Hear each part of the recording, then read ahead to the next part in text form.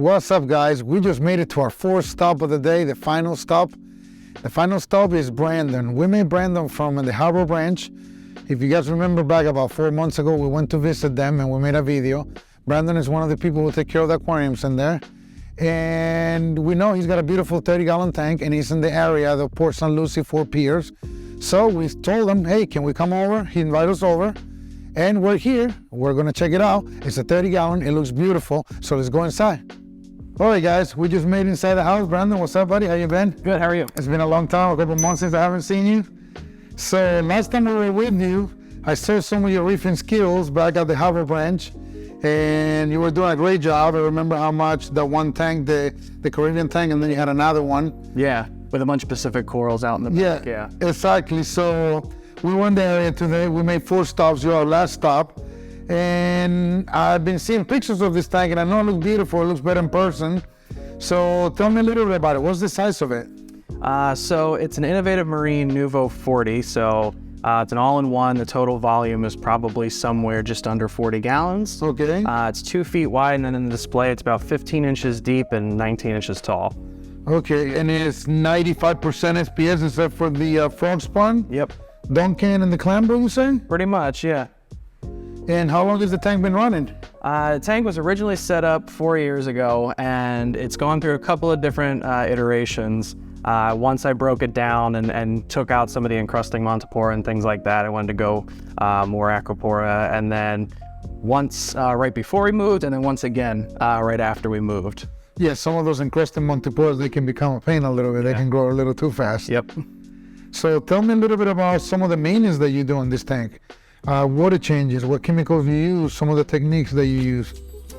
So with this tank, I've always used the BRS chemicals, so calcium, soda ash, and magnesium. I've also added some of the Tropic Marin trace elements. Okay. I like the Tropic Marin Pro Reef Salt, and so I do about a 5-gallon water change once a week, and I vacuum the sands. A question I get a lot is, why is the sand so clean? And I always do a little gravel vac. So you always do it once a week. When you do your water change, you basically do it with a little old school. Yep. And what kind of sand are you using? This is the Carib Sea special grade reef sand. Okay. And that's been my favorite so far. And the rocks that you use? Rocks are all Carib Sea rock. I have a few other pieces that I put in there. I got a few pieces from Unique Corals, the Australian live rock. Okay. Seeded a little bit in there as well. Cool. And you told me the tank has been running for how long? 3 years, you said? 4 years. 4 years. Yeah. I can't help it but to look at some of the acros, the Oregon Tour here. Yeah. Old school piece. That coral's literally been around for 20 years, guys. It is the most blue acropora you will ever see. Don't you love it? Oh, it's my favorite, and I can't wait to see it continue to flourish. Yeah, and you know what? On the beginning, it takes off. When you fry, it doesn't like to be fried. But once it takes off, it grows pretty fast. Yeah. And then you got the Jason Fox Flame right there, I see. Yeah, that's a classic as well. And what do you have here? Bubblegum digits? Is that what it is? Yep, bubblegum, and then PC Rainbow here as well. PC Rainbow, you got a pink burn nest over there. I see a little Montipora combo over there. Yeah, I like a lot of the stuff that you can see the colors in the whiter light. I just tend to be a more white spectrum kind of guy. Sure. What is the spectrum that you're using? Roughly around a 14K. 14K? Yeah. And what are you running for light? Ecotech Radeon G6 Pro. Can I see some of the setup you have above? How do you look in there? I just take the top right off. Okay, so you take it right off? Yeah. Okay, I'm just curious. Oh, cool. Yeah. I love it. So, fairly easy to access. And how do you hold it in place? Oh, it's got little things inside. It's got a little brace on. So what do you have here? I see 2 auto feeders. Yeah, I like to feed small amounts a lot throughout the day. Okay. So I have the one on the left that feeds more of like the carnivorous pellets, and then I have algae pellets on the right. And because they're different sizes, it's easier to just split them up between the 2 feeders. And this allows for the food not to go into... You made that? Yeah. Yep. Pretty creative, I like it. A lot of people, if you know, you will understand what that is. When the pellets, they drop in the water from the auto feeder, they automatically, most of them, they tend to flow. And when they flow, what's gonna happen is they're gonna go into the overflow. But if you have that ring floating on top of the water, it doesn't allow them to go in, and then they get enough water in them, and then they're gonna sink to the bottom. That's if the fish give it enough time. If the fish gives them enough time. So since we're talking about fish, I see a clownfish, green damsel, anything else? I have a firefish that's tucked up in there somewhere. I have a tail spot blenny, which I love. Okay. And then A 6-line wrasse I see there? 6-line wrasse. So those are my 5 fish in there right now. Okay, and I see a fan to keep the water cool. Yeah. You having any issues with the temperature? No, I haven't really had much of an issue with the temperature. The Radion keeps things pretty cool, but I just, living here in Florida, I like to keep it closer to 78 if I can. Okay, and then you told me that's a Gen 6. Yep. Is it a blue? It's a Pro. A Pro? Yep. Okay, and you're trying to run in a 14K? Mm-hmm. And how many hours a day you run the lights? About 8 hours for the full peak, and then I like to put like 2 hours on either side. So a little bit of blue in the morning, Yep. a little bit of blue at night. Mm-hmm. Okay, and I gotta ask this question. 2 MP40s on a 35-gallon display tank, what's up with that? That has been the only way I've been able to keep flow in here. Because there's so much growth, right? It's just so much growth, and now it's getting to that point. That's really the reason why I did the breakdowns the first couple of times. I just could not get flow in between the branches and without, blasting tissue off.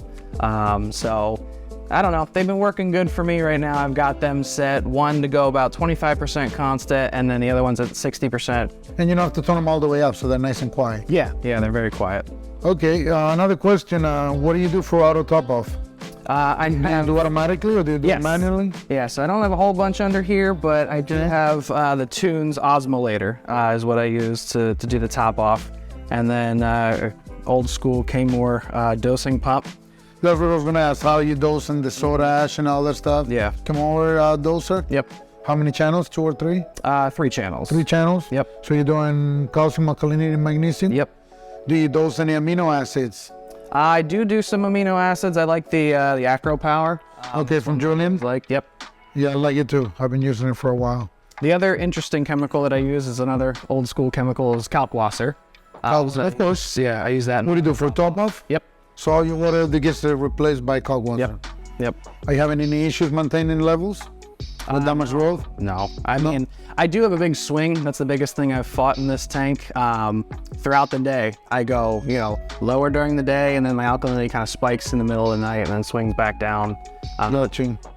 But no, it's maintained it pretty well. Like I said, not a whole lot of space, but I did manage to cram some Chaetomorpha in the back. Okay. I have the Innovative Marine Chaetomax light just glued to the back. Yeah, it works pretty well. You just peel the back plastic off and pop it on there. And then I also have a Tunes protein skimmer as well. Oh, let me see that. The Comline. It's a little guy. Okay. But it does a pretty good job. It does a job, enough just to pull some funk out of it.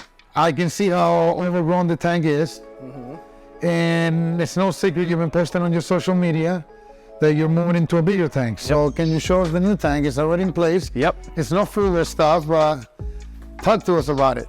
So this is 120 gallons, so your standard 4x4 or 4x2x2. Isn't that the best? It really is. For someone always says you get the depth, you get the height, it's just like a short, stocky little tank, I think it's perfect. Yeah, I'm really happy with the dimensions. I thought I was gonna want to go bigger when I was first planning this out, but now that I see it in the space, it's perfect. So they don't make this 120s from Marineland anymore, so this is a custom tank, I'm assuming, right?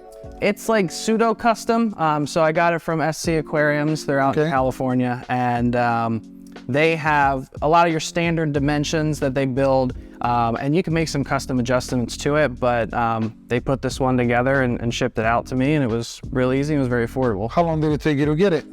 It only took a couple of weeks. It may have taken only 3 or 4 weeks. Oh, that's to get it. Yeah, it was a really quick turnaround. I love the cabinetry. I see that you matched some of the cabinetry here. That must have not been easy. Yeah, so my dad is a carpenter, and I asked him if he wouldn't mind making the stand, and he said sure. And I said, can you make it match the entertainment center? And I think he did a pretty good job. So I think he did a heck of a job. I'm digging it. Yeah. It came out beautiful.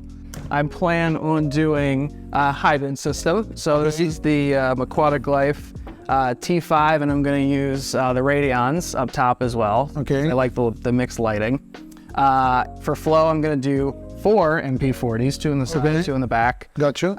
And then underneath, I have a trigger system sump. Okay. The 39-inch Starfire. Beautiful, so clean everything. Yeah, after not having a sump, I want to make sure that this one was as clean as I can make it. So same thing, trigger top off.